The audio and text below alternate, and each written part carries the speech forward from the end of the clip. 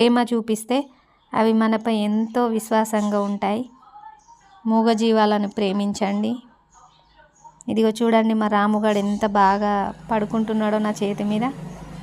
వాడు చూడండి, అగ చూడండి, నేను అంటే అగ చూడండి ఇలా అంటుండో. ఆరామ్స్గా వాళ్ళ తల్లిని కూడా చేసుకోలేకపోతుండు, అంత బాగా పడుకుంటుండు. కానీ దీని తల్లి నుంచి దూరమైనందుకు చాలా బాధ అనిపిస్తుంది. కానీ ఒకవైపు నా దగ్గరికి వచ్చినందుకు కూడా సంతోషంగా ఉంది.